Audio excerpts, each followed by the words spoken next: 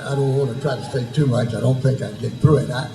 This is, you could knock me over with a feather. It never entered my mind, and not at all, that anybody's going to be here besides four ugly guys. Buddy and Bill and Gerald and John Caps. And anyway, I just can't tell you how much I appreciate it. The words that Bill spoke, that others have spoken.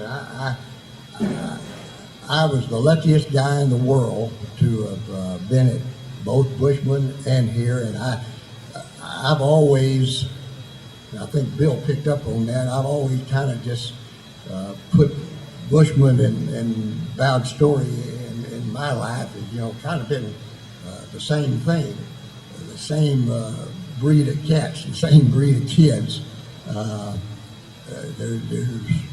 I've said this all my life, ever since those years. There just wasn't anything like Oak Cliff kids. Had the greatest,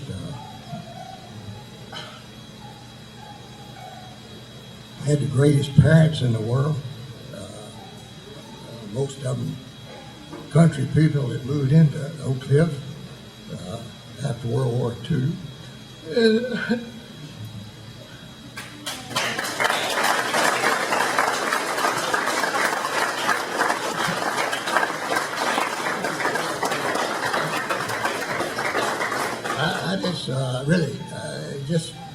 I went over to Gaston in northeast Dallas, and then to Bryan Adams, and then to Spruce, and I liked all those places. I liked everywhere I ever was, and but there just never was anything like Oak Cliff kids. I really mean it. I've said it many times, and I loved your parents as much as I loved you. The ones I got to know and did get to know a lot of them. It was a great time. Just once again, I'm the luckiest guy in the world to go through those two places, in the right place at the right time.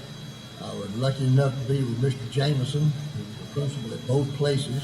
A lot of you Story people probably didn't even realize that, but he was the principal at Bushman. In fact, he got me out of the Army 2 months early to take the job at Bushman.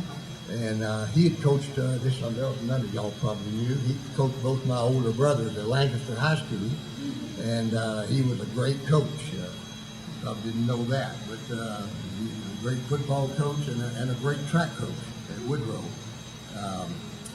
Anyway, I just the luckiest guy in the world to be here.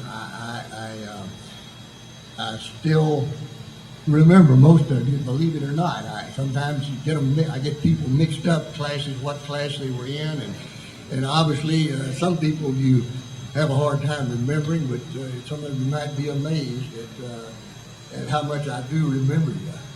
I can't remember what happened a while ago, about 15 minutes ago, but I remember what happened 40 years ago. I'll just use old Bill Meyer as an example of how, when I ran into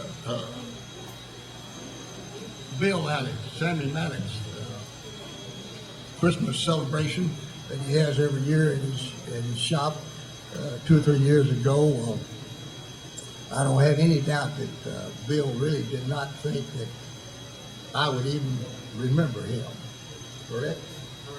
And first thing I told him, I said, Bill, in all my coaching after I left here, I used your name many times as a great example of what a guy could do if he would just work at it hard enough. I used to like to say that Bill Meyer, of course, Bill Meyer was a good football, good basketball player, and I had him in track.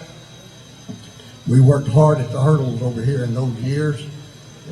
Had the greatest junior high hurdler that ever lived by far, Sammy Maddox, I'm proud to say.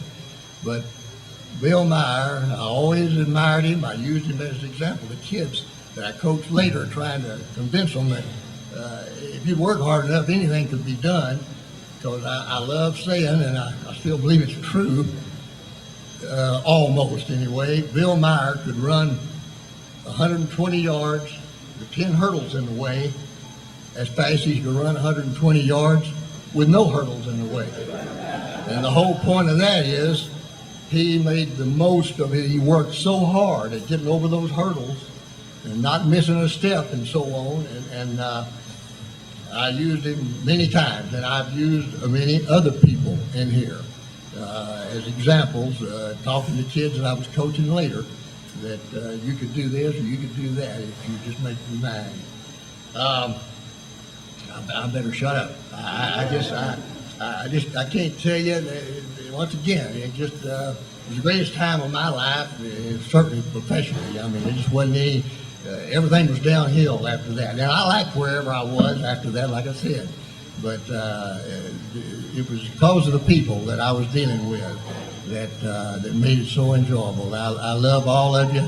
I love these two places, Bushman and Storey. There's nothing like it, and I wouldn't take $1 million for having been there. And I can't tell you how much I appreciate you wasting your time to show up to wish me a happy birthday. I hope I can make it to 83.